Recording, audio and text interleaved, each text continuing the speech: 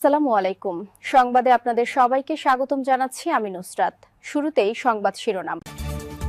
সেনাবাহিনী কি গাজায় ধ্বংসযজ্ঞ চালিয়ে যাওয়ার নির্দেশ ইসরায়েলের। যুদ্ধবিরতি সত্ত্বেও রক্তে রঙিন মধ্যপ্রাচ্য। সর্বশেষ থাকছে, যদি গাজায় ধ্বংসযজ্ঞ চালানো হয়, ইসরায়েলকে মানচিত্র থেকে মুছে দিবে ইরান। সেনাবাহিনীকে ধ্বংসাদেশের উত্তাপে উত্তপ্ত মধ্যপ্রাচ্য। শুনছিলেন সংবাদ শিরোনাম, এখন বিস্তারিত। তার আগে ছোট্ট একটি আবেদন। এক মুহূর্ত চোখ বন্ধ করুন। ভাবুন তো, গাজার এক শিশু যার হাতে থাকা খেলনাটিও এখন ধুলার সঙ্গে মিশে গেছে। চারপাশে ধোঁয়া, কান্না, আগুনের গন্ধ। আর সেই শিশুটি ফিসফিস করে বলছে, আমরা শান্তি চাই, কিন্তু কেন বারবার যুদ্ধ আসে। বন্ধুরা, আজকের এই খবর শুধু কোনো রাজনৈতিক গল্প নয়, এটি মানবতার আর্তনাদ। যুদ্ধবিরতির পরও যখন গাজার আকাশে আগুনের রেখা দেখা যায়, তখন বোঝা যায় শান্তির প্রতিশ্রুতি এখন কেবল কাগজে লেখা এক প্রতারণা। আর সেই প্রতারণার ছায়ায় যখন ইরান বলে, যদি ধ্বংসযজ্ঞ থামানো না হয় ইসরায়েল ধ্বংস হবে, তখন বুঝতে পারি আমরা ইতিহাসের এমন এক অধ্যায়ে দাঁড়িয়ে আছি যেখানে মানুষের জীবন রাজনীতির খেলায় গুড়িয়ে যাচ্ছে। তুমি যদি বিশ্বাস করো শিশুর হাসি বন্দুকের আওয়াজের চেয়ে মূল্যবান, মানবতার কণ্ঠ যেন হারিয়ে না যায়, তাহলে এই মুহূর্তে সাবস্ক্রাইব করো, কারণ আমরা তোমাকে সত্যের পাশে, মানবতার পাশে, গাজার কণ্ঠ হয়ে খবর পৌঁছে দিচ্ছি যা অন্যরা বলে না। আর নিচে কমেন্টে লিখো তোমার অনুভূতি। তুমি কি চাও এ যুদ্ধ থামুক? তুমি কি চাও শিশুরা আবার হাসুক? তোমার একটা কমেন্ট, একটা শব্দ বিশ্বজুড়ে শান্তির বার্তা ছড়িয়ে দিতে পারে। চলো একসাথে বলি, যুদ্ধ নয়, মানবতা চাই। যুদ্ধবিরতির স্বাক্ষর শুকাতে না শুকাতেই আবারও রক্তে ভাসছে গাজা। ইসরায়েলের প্রতিরক্ষামন্ত্রী ইসরায়েল কাজ এবার সেনাবাহিনীকে গাজার নিয়ন্ত্রিত এলাকায় ধ্বংসযজ্ঞ চালিয়ে যাওয়ার নির্দেশ দিয়েছেন। আন্তর্জাতিক যুদ্ধবিরতি চুক্তি কার্যকর হওয়ার পরেও এই নির্দেশ মধ্যপ্রাচ্যের কূটনৈতিক মহলে ব্যাপক আলোড়ন তুলেছে।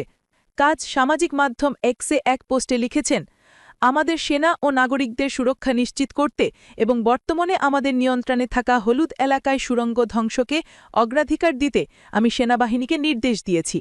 তার দাবি, এ অংশটি চুক্তি অনুযায়ী ইসরায়েলের নিয়ন্ত্রণে রয়েছে। তবে ফিলিস্তিনপন্থী আন্তর্জাতিক সংস্থাগুলো একে চুক্তির প্রকাশ্য লঙ্ঘন বলে নিন্দা জানিয়েছে। যুদ্ধবিরতি সত্ত্বেও রক্তে রঙিন মধ্যপ্রাচ্য।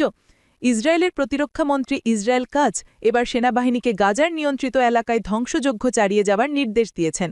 আন্তর্জাতিক যুদ্ধবিরতি চুক্তি কার্যকর হওয়ার পরেও এই নির্দেশ মধ্যপ্রাচ্যের কূটনৈতিক মহলে ব্যাপক আলোড়ন তুলেছে। কাজ সামাজিক মাধ্যম এক্সে এক পোস্টে লিখেছেন, আমাদের সেনা ও নাগরিকদের সুরক্ষা নিশ্চিত করতে এবং বর্তমানে আমাদের নিয়ন্ত্রণে থাকা হলুদ এলাকায় সুড়ঙ্গ ধ্বংসকে অগ্রাধিকার দিতে আমি সেনাবাহিনীকে নির্দেশ দিয়েছি। তার দাবি, এ অংশটি চুক্তি অনুযায়ী ইসরায়েলের নিয়ন্ত্রণে রয়েছে। তবে ফিলিস্তিনপন্থী আন্তর্জাতিক সংস্থাগুলো একে চুক্তির প্রকাশ্য লঙ্ঘন বলে নিন্দা জানিয়েছে। স্টার সেনাবাহিনীকে ধ্বংসযজ্ঞ চালিয়ে যাওয়ার নির্দেশ ইসরায়েলে। যুদ্ধবিরতি সত্ত্বেও রক্তে রঙিন মধ্যপ্রাচ্য। যদি গাজায় ধ্বংসযজ্ঞ চালানো হয়, ইসরায়েলকে মানচিত্র থেকে মুছে দিবে ইরান। সেনাবাহিনীকে ধ্বংসাদেশের উত্তাপে উত্তপ্ত মধ্যপ্রাচ্য। শুনছিলেন সংবাদ শিরোনাম, এখন বিস্তারিত। তার আগে ছোট্ট একটি আবেদন। এক মুহূর্ত চোখ বন্ধ করুন। ভাবুন তো, গাজার এক শিশু যার হাতে থাকা খেলনাটিও এখন ধুলার সঙ্গে মিশে গেছে।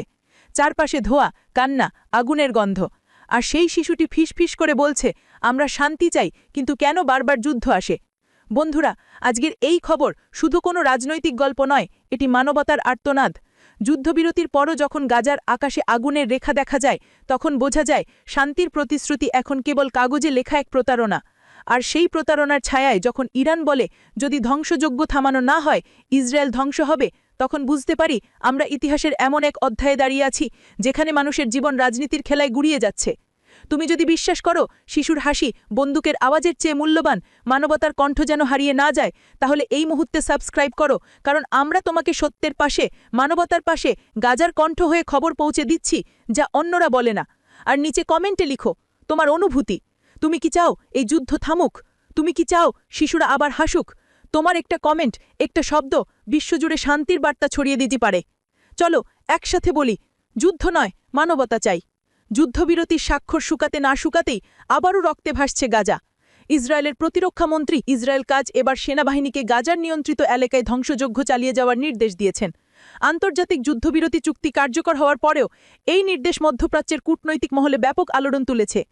কাজ সামাজিক মাধ্যম এক্সে এক পোস্টে লিখেছেন, আমাদের সেনা ও নাগরিকদের সুরক্ষা নিশ্চিত করতে এবং বর্তমানে আমাদের নিয়ন্ত্রণে থাকা হলুদ এলাকায় সুড়ঙ্গ ধ্বংসকে অগ্রাধিকার দিতে আমি সেনাবাহিনীকে নির্দেশ দিয়েছি। তার দাবি, এ অংশটি চুক্তি অনুযায়ী ইসরায়েলের নিয়ন্ত্রণে রয়েছে, তবে ফিলিস্তিনপন্থী আন্তর্জাতিক সংস্থাগুলো একে চুক্তির প্রকাশ্য লঙ্ঘন বলে নিন্দা জানিয়েছে।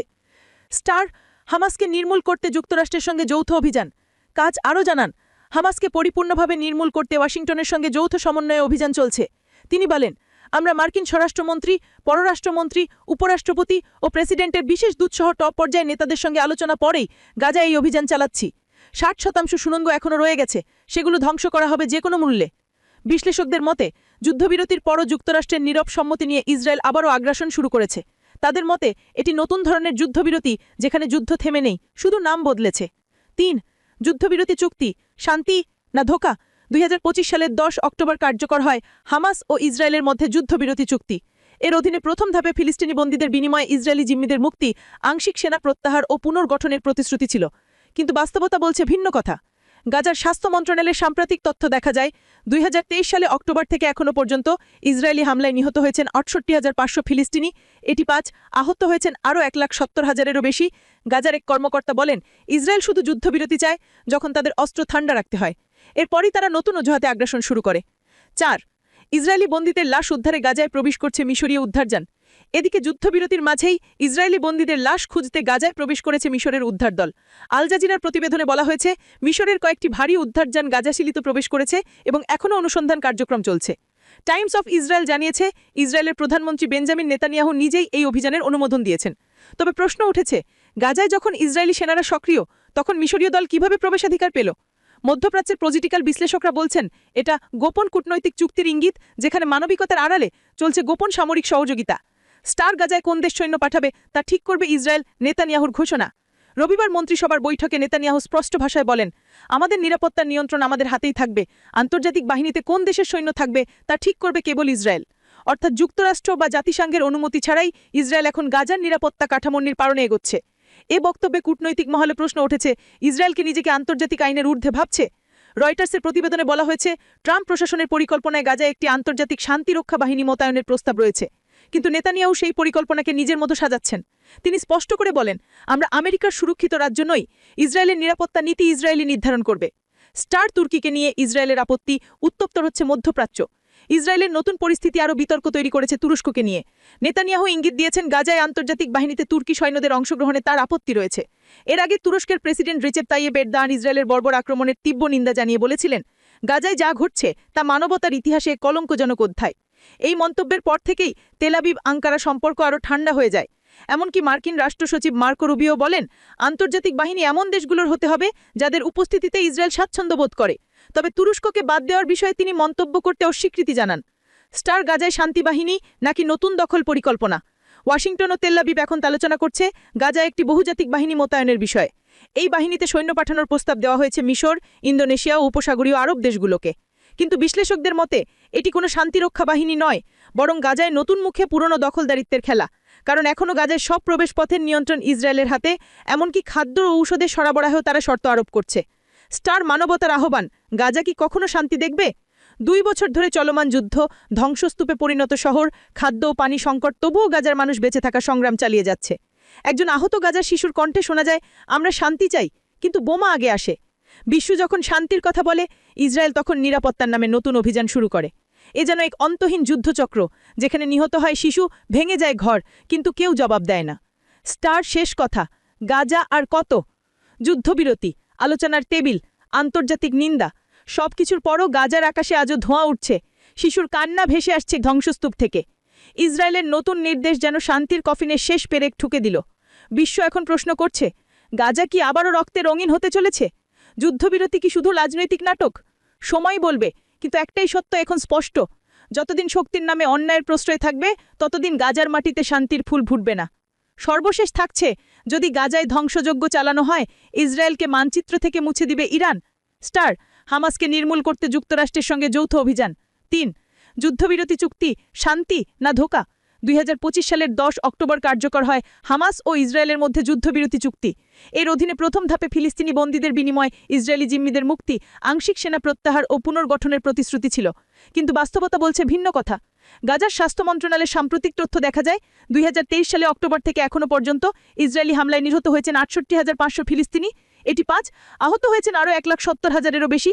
গাজার এক কর্মকর্তা বলেন, ইসরায়েল শুধু যুদ্ধবিরতি চায় যখন তাদের অস্ত্র ঠান্ডা রাখতে হয়, এরপরই তারা নতুন অজুহাতে আগ্রাসন শুরু করে। এদিকে মিশরীয় উদ্ধারযানকে নিয়ে ইসরায়েলের আলোড়ন তৈরি হয়েছে। গাজার হলুদ এলাকায় ধরে সুড়ঙ্গ ধ্বংসের নির্দেশ দেওয়ার পর থেকেই উত্তেজনা নতুন মাত্রা পেয়েছে। ইসরায়েলি প্রতিরক্ষামন্ত্রী ইসরায়েল কাজ ঘোষণা দিয়েছেন, যেখানে ইসরায়েলের নিয়ন্ত্রিত এলাকায় সুড়ঙ্গ ধ্বংসকে অগ্রাধিকার দেওয়া রয়েছে। আর সেই একই সময় তেহরান থেকে উচ্চস্বরে এলো সতর্কবার্তা, যদি গাজায় ধ্বংসযজ্ঞ চালানো হয় তাহলে ইসরায়েলকে মারাত্মক ক্ষতি হবে, এমনকি ধ্বংসের অভিযোগও উঠছে।